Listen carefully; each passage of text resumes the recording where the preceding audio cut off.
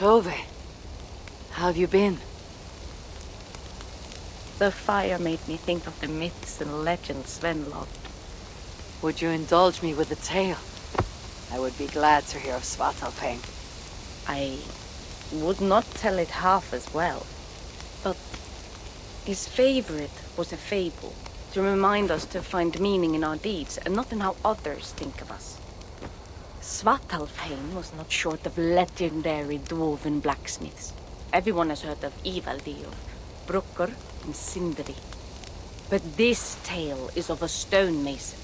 He lived as far south as he could, where Gulnamar meets Vangvin. His workshop sat upon the shoreline. Obsessed with glory, his love of masonry had all but died. He scoured the shore, seeking precious stones washed up from other realms. Then he saw it. Something beautiful, glittering, shimmering across the water, upon an island he had never dared travel to. He hastily built a boat, working long into the night. He set sail and found many rocks that sparkled and dazzled upon the island. He cried out in joy. To craft anything from such stones, he would be remembered for all time. Then he felt a sudden sting on his foot. Then another, and another. His eyes adjusted to the dark. So consumed was he by his desire for renown, he failed to realize he had walked into a nest of snakes, until it was already too late. And so, clutching the stone that sealed his fate, there he died. Remembered, yes, but only for his folly. A fine tale, Toby, and well told. Sven would be proud.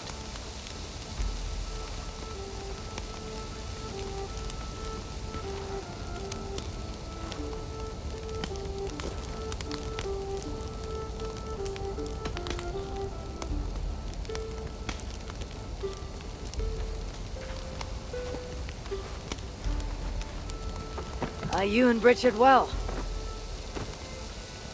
Of course. The flames soothe my mind, as do the tales told here. Do you have one to share, Gunnar? A legend of Svartalfheim. Aye, a story of a king who could not see the wood for the trees. Reidmar, greatest of dwarven kings. Within his palace in Gulnamar, he wanted for nothing except an heir. Reidmar and his wife had grown old. Perhaps too old. Late one night, consumed with worry, Reidmar walked in the shadow of his vast mountaintop palace, tears in his eyes. "A great king! What ails you?" a voice said. Afraid, Reidmar saw no one. "Who goes there?" he replied.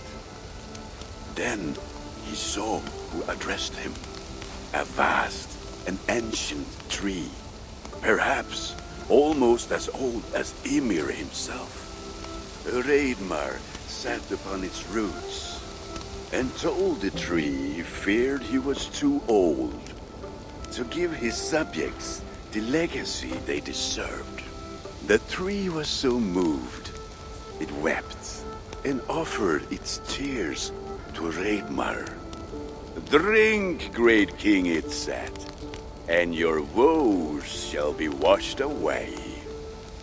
Reidmar observed the grass, the meadows, the leaves of the tree. His subjects' happiness could be seen in how they cared for the land. His legacy was all around him. Reidmar felt at ease, realizing he had everything he needed, and asked that the land receive the tree's gift instead. The trees' happy tears flowed evermore, enriching the land. 9 moons passed, and a baby's cry rang through Reidmar's palace. Long would dwarves place gifts in the weeping tree's roots, in memory of Reidmar and his kindness that shaped all he touched. All things happen when they should, old friend. I hope so.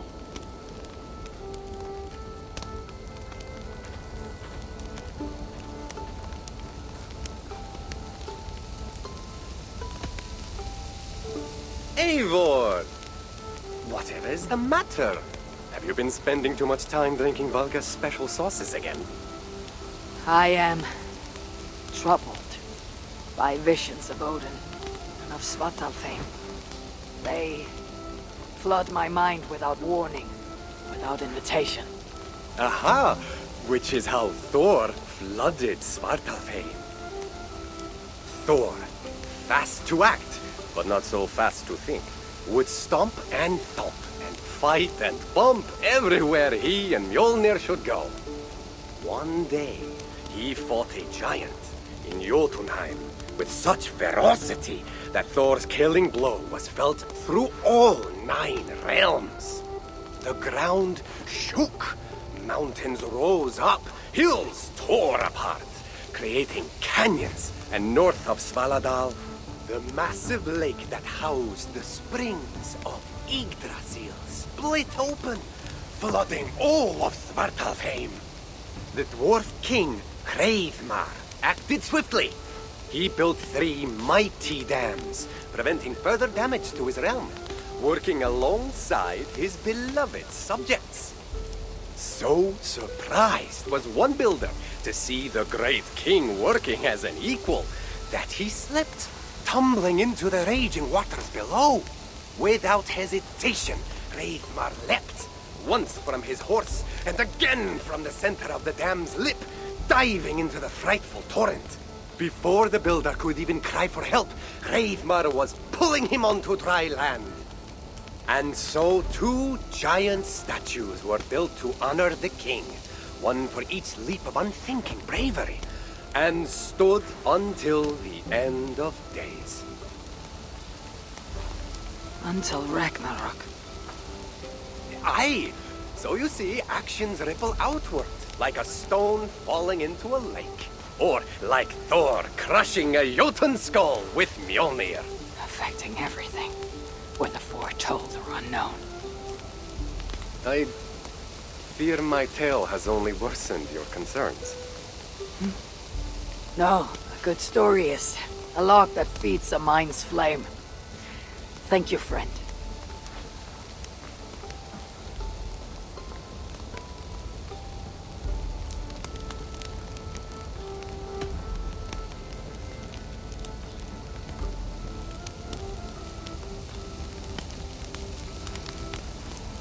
I hear you seek tales of Svartalfheim. You are not alone in your glimpses of the Aesir.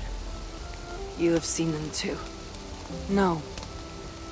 Only the power the visions hold, and their effect on those once held dear. You speak of Sigurd. Do you want my tale or not? There was a dwarven miner who cared only for his work. Mining was all he knew, all he wanted to know, and all he would ever know. One day, he heard a strange noise. All his long life, working in the northern mines of Vangrim, he had never known a boulder to squeak. He ignored it at first, but as the hours passed, the squeaking continued relentlessly. When the miner could take no more, he split the boulder apart with his pick, and then he saw a squirrel. Until now, pinned by the boulder, afraid and tired, the freed squirrel climbed into the miner's long beard and slept for 3 days. When the dwarf awoke the next day, he found fruit and nuts waiting for him. A gift from the squirrel. The first the miner had ever received. Finally, the miner had a friend. The squirrel led the dwarf to a stone hill within a lake. There, the dwarf would fish for supper, while the squirrel played in the trees. One night, watching his fishing line, the dwarf drifted off to sleep, smiling, enjoying the happy squeaks of his friend above.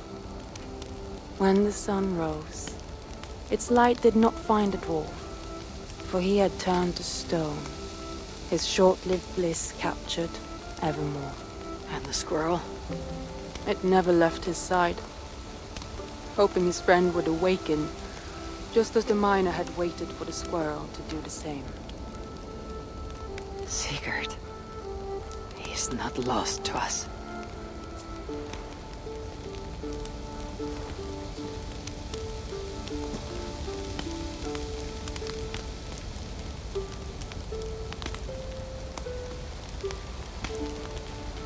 In every great story there is truth to be found. I wonder what could be found in Svartalfheim in the place they spoke of.